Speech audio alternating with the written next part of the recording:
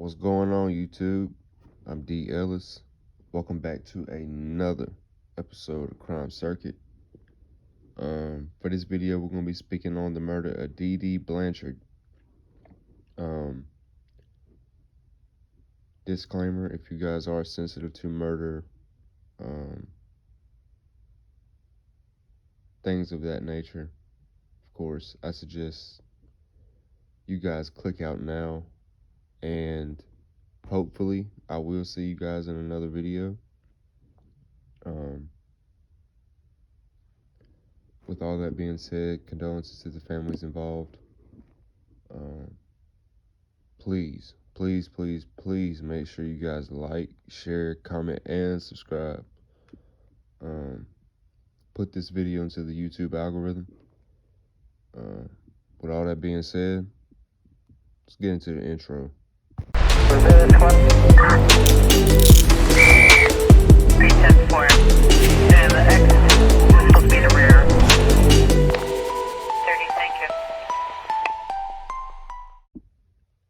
On June 14th of 2015, sheriff's deputies in Greene County, Missouri, found the body of Claudine DeeDee Blanchard face down in the bathroom of her house just outside Springfield, laying on the bed in a pool of blood from stab wounds inflicted several days earlier. Now, there was no sign of her daughter, Gypsy Rose, who, according to Blanchard, had chronic conditions including leukemia, asthma, and muscular dystrophy, and who had the mental capacity of a 7-year-old due to brain damage as a result of premature birth. After reading troubling Facebook posts earlier in the evening, concerned neighbors notified the police, reporting that DeeDee might have fallen victim to the foul play and that Gypsy Rose, whose wheelchair and medications were still in the house, might have been abducted.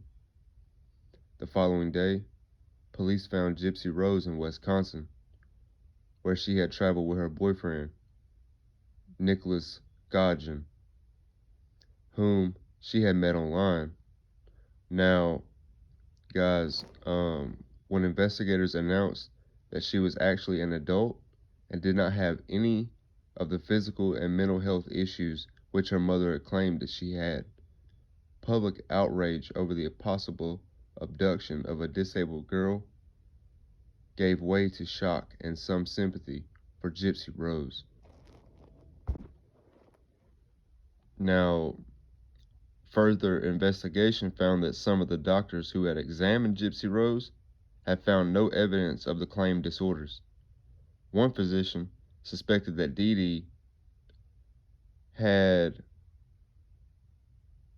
Munchausen syndrome by proxy, a mental disorder that causes a parent or other caretaker to exaggerate, fabricate, or induce illness in a person under their care to obtain sympathy or attention. DeeDee had changed her name after her family, who suspected that she had poisoned her stepmother, confronted her about how she treated Gypsy Rose. Nonetheless, many people accepted her situation as true, and the two benefited from the efforts of charities such as the Children's Mercy Hospital, Habitat for Humanity, Ronald McDonald House, and even Make-A-Wish Foundation. DeeDee had been making her daughter pass herself off as a younger person and also pretend to be disabled and chronically ill, subjecting her unnecessary surgery and medication and controlling her through physical and psychological abuse. Mark Fieldman, an international expert on fictitious disorders, stated that he was the first case he had experienced, in which an abused child killed an abusive parent. Gypsy Rose pleaded guilty to second-degree murder and is serving a 10-year sentence. After a brief trial in November of 2018, Godjon was convicted of first-degree murder and sentenced to life in prison without the possibility of parole. Let's get into DeeDee's background a little bit. DeeDee Blanchard was born Claudine Petrie in Chack Bay, Louisiana, near the Gulf Coast in 1967, and grew up with her family in nearby Golden Meadow. Blanchard was one of 5 children, and Claudie Anthony Petrie Sr. and Emma Louise Glisclair. Sorry guys, some of these last names I ain't never seen before. On with the story. Relatives recalled that she had a habit of stealing from her family, which they speculated was a form of retaliation when things did not go her way. At some point, early in her adult life, she worked as a nurse. She worked as a nurse's aide. The family experienced suspicion in 1997 that she might have killed her own mother by denying her food. Now, when DeeDee was 24, she became pregnant by Ron Blanchard, then 17. They named their daughter Gypsy Rose because Claudine liked the name Gypsy, and Rod was a fan of Guns N' Roses. Shortly before Gypsy Rose's birth in July of 1991, the couple separated when Rod realized he got married for the wrong reasons. He resisted Claudine's efforts to get him to return, and she took her newborn daughter to go live with her family. Now, the childhood Gypsy, according to Rod, who remained involved with his daughter at this point. By the time Gypsy was 3 months old, her mother was convinced that she was an infant and had sleep apnea, and had began taking her to the hospital, where repeated overnight stays with a sleep monitor and other tests found no sign of the condition. Claudine subsequently became convinced that Gypsy had a wide range of health issues, which she attributed to an unspecified chromosomal disorder. At some point, her mother claimed that Gypsy had muscular dystrophy and had to use a walker. Gypsy stated that when she was 7 or 8, she was riding on her grandfather's motorcycle, when they were involved in a minor accident where she obtained an abrasion on her knee. Now, her mother stated that the doctors had given her a wheelchair, which she would need to use. It goes as far as Gypsy often went with her parents to Special Olympics events. Even in 2001, when DeeDee claimed Gypsy was 8, she was actually 10. She was named the honorary queen of the Crew of Mid-City, a child-oriented parade held during Mardi Gras in New Orleans. Gypsy seems to have stopped going to school after 2nd grade, possibly even as early as kindergarten. Her mother homeschooled her after that, supposedly because of her illness was so severe. This was later believed to have been an attempt to isolate Gypsy to further abuse. Gypsy managed to learn to read on her own through the Harry Potter books. While Gypsy's father had remarried, Claudine moved in with her father and stepmother. They would later claim that when preparing food for her stepmother, Claudine would poison it with Roundup weed killer, leading to her own chronic illness during this period. During that time, she was arrested for several minor offenses, including writing bad checks. When the Petries began to regularly confront her about her treatment of Gypsy and express suspicion about her role in her stepmother's health, she left with Gypsy for the New Orleans suburb of Slidell. Her stepmother's health returned to normal, shortly afterwards. So that goes to tell you right there some suspect shit was going on. As soon as she leaves, she starts acting fine again. That's crazy. Bernardo Flasherstein, a pediatric neurologist who saw Gypsy in Springfield, began suspicious of her muscular dystrophy diagnosis and ordered MRIs and blood tests, which found no abnormalities. DeeDee seems to have at least forged a copy of her daughter's birth certificate, moved her death date to 19. DeeDee seems to have at least forged a copy of her daughter's birth certificate, moving her birth date to 1995 to bolster claims that she was still a teenager. Gypsy said in a later interview that for 15 years she was not sure of her real age. She sometimes also claimed that the original had been destroyed during the post-Katrina flooding. DeeDee did not keep another copy with Gypsy's actual birth date. Her daughter recalls seeing it during one of her hospital visits and becoming confused. DeeDee told her it was a misprint. Now, since 2001, Gypsy had attended science fiction and fantasy conventions,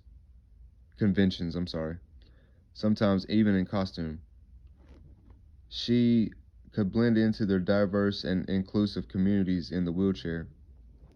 At an event in 2011, she made what may have been an escape attempt that ended when her mother found her in a hotel room with a man that she had met online. Again, DeeDee produced the paperwork giving Gypsy's false, younger birth date and threatened to inform the police. Gypsy recalls that afterward, DeeDee smashed the computer with a hammer and threatened to do the same to her fingers if she ever tried to escape again. She also kept Gypsy leashed and handcuffed to her bed for 2 weeks. What type of shit is this? DeeDee later told Gypsy that she had filed paperwork with the police claiming that Gypsy was mentally incompetent, leading Gypsy to believe that if she attempted to go to the police for help, they would not believe her. Sometime around 2012, Gypsy, who continued to use the internet after her mother had gone to bed to avoid her tightened supervision, made online contact with a man named Nicholas Godjohn, a man around her age, and was from Big Bend, Wisconsin. Godjohn had a criminal record for indecent exposure and a history for mental illness, sometimes reported a dissociative identity disorder. He also had autism spectrum disorder. In 2014, Gypsy confided to 23-year-old neighbor Aaliyah Woodmansey, and she that she and Godjohn had discussed eloping or getting married, running off and getting married, and had even chosen names for potential children. Gypsy, who had 5 separate Facebook accounts, and Godjohn flirted online. Their exchanges, sometimes using BDSM elements, which Gypsy has since claimed was more what he was morally interested in. Woodmansey tried to talk her out of it, still thinking Gypsy was too young and possibly being taken advantage of by an online sexual predator. She considered Gypsy's plan just fantasies and dreams, and nothing like this would ever really take place. Now, despite DeeDee's efforts to prevent her from using the internet, which went as far as destroying her daughter's phone and laptop, guys, Gypsy maintained contact with Godjohn, who saved printouts of her posts up until 2014. The next year, Gypsy arranged and also paid for Godjohn to meet her mother in Springfield. Her plan was for him to casually bump into her while she and DeeDee were at a movie theater, both of them in costume, and apparently strike up a relationship that way, and then later for her to introduce him to her mother. As soon as they did meet in person for the first time, Godjohn says, Gypsy led him to the bathroom, where the two had sex. The two continued the internet interactions and began developing their plan to kill DeeDee. Godjohn returned to Springfield in June of 2015, arriving while Gypsy and her mother were away at a doctor's appointment.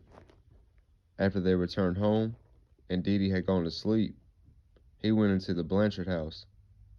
Gypsy led him into the home and allegedly gave him duct tape, gloves, and a knife with the understanding that he would use it to murder DeeDee.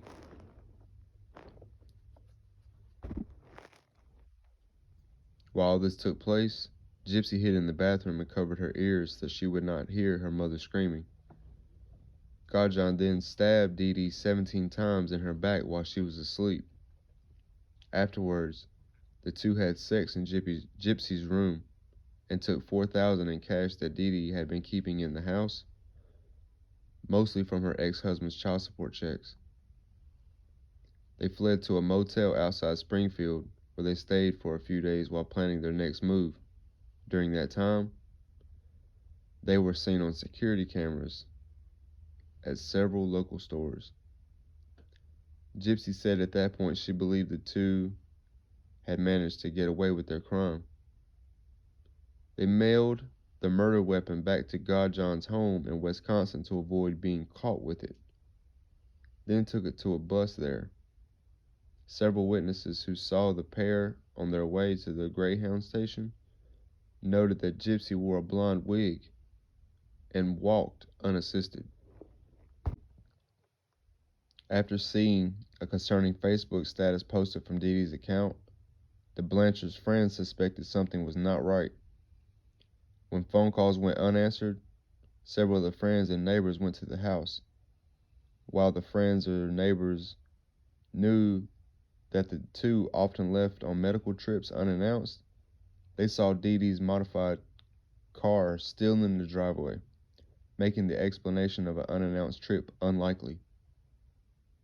Protective film on the windows made it hard to see inside the low light.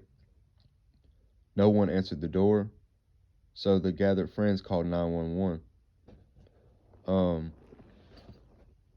When the police arrived, they had to wait for a search warrant to be issued before they could enter the house, which is, of course. But they allowed one of the neighbors present there to climb through a window, where they saw that inside of the house was largely undisturbed, and that all of Gypsy's wheelchairs were still present, guys. When the warrant was issued, police entered the house and soon found DeeDee's body. A GoFundMe account was set up to pay for her funeral expenses, and possibly that of Gypsy's. All who knew the Blanchards feared the worst. Even if Gypsy had not been harmed, they believed that she would be helpless without her wheelchair, medications, and support equipment like oxygen tanks and a feeding tube. Woodmansey, who among those gathered on the Blanchards' lawn, told police that she knew about Gypsy and her secret online boyfriend. She showed them the printouts that she had saved, which included his name. Based on that information, police asked Facebook to trace the IP address from which the post to DeeDee's account had been made. It turned out to be in Wisconsin, and that next day police agencies in Waukesha County raided the Godjohn's Big Bend home. Both he and Gypsy surrendered and were taken into custody on charges of murder and felony armed criminal action.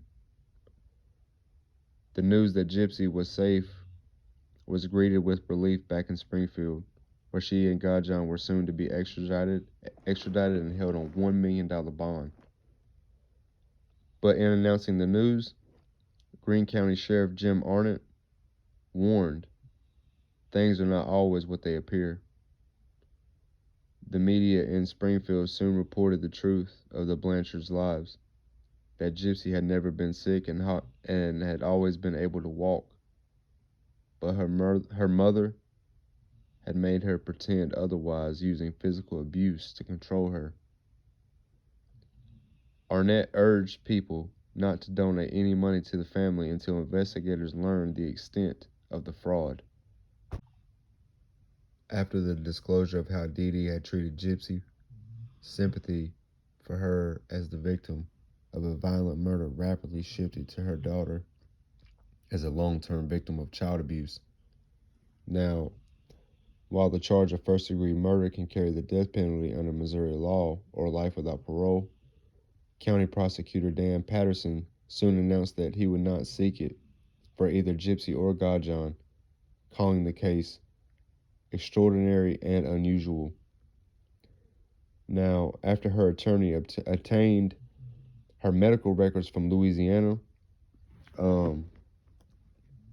he secured a plea bargain to second-degree murder for Gypsy. Gypsy was undernourished up until this point. Now, during the year that she was in county jail, her lawyer told BuzzFeed that she had gained 14 pounds, in contrast to most of his clients who typically lose weight in that situation. In July 2015, she accepted the plea bargain agreement and was sentenced to 10 years in prison. Godjohn still faced the more severe charge because prosecutors contended that he initiated the murder plot, and both he and Gypsy agreed that he was the one who actually killed DeeDee. Her plea bargain agreement did not require her to testify against him. In January of 2017, his trial was postponed when prosecutors requested a second psychiatric exam. His lawyers contend that he has an intelligence quotient of 82, or an IQ of 82, sorry guys, and is also on the autism spectrum, suggesting that he has diminished capacity. Now, he had initially waived his rights to trial by jury, but changed his mind in June of that year. In December of 2017, the judge set Godjohn's trial for November of 2018. In their opening statement, prosecutors alleged that Godjohn had deliberated for over a year before the crime, while his lawyers pointed to his autism and said that Gypsy had formulated the crime and their love-struck client had just been done what he had been asked to.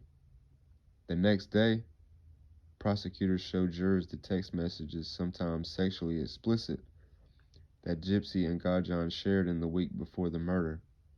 After using various personas, as well as the knife which he had used to commit the murder, in some of the texts, he asked her for details about DeeDee's room and sleeping habits.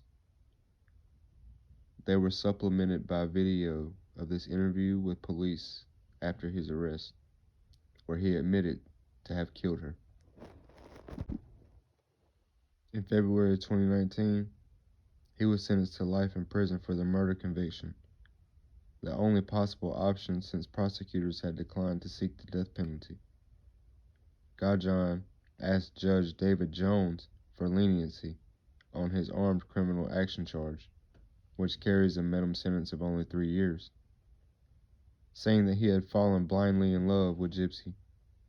He received a sentence of 25 years on that charge, which is concurrent with the life sentence. That's going to conclude this episode of Crime Circuit. This case is a crazy one. I'm pretty sure a lot of you guys probably already know this story, but I can't imagine having a parent that would force some type of disorder on you to the point where maybe you start to even believe it. I mean, it's crazy to even think about. But I'm D. Ellis. Make sure you guys like, share, comment, and subscribe. This is Crime Circuit. I'll see you in the next video. Peace.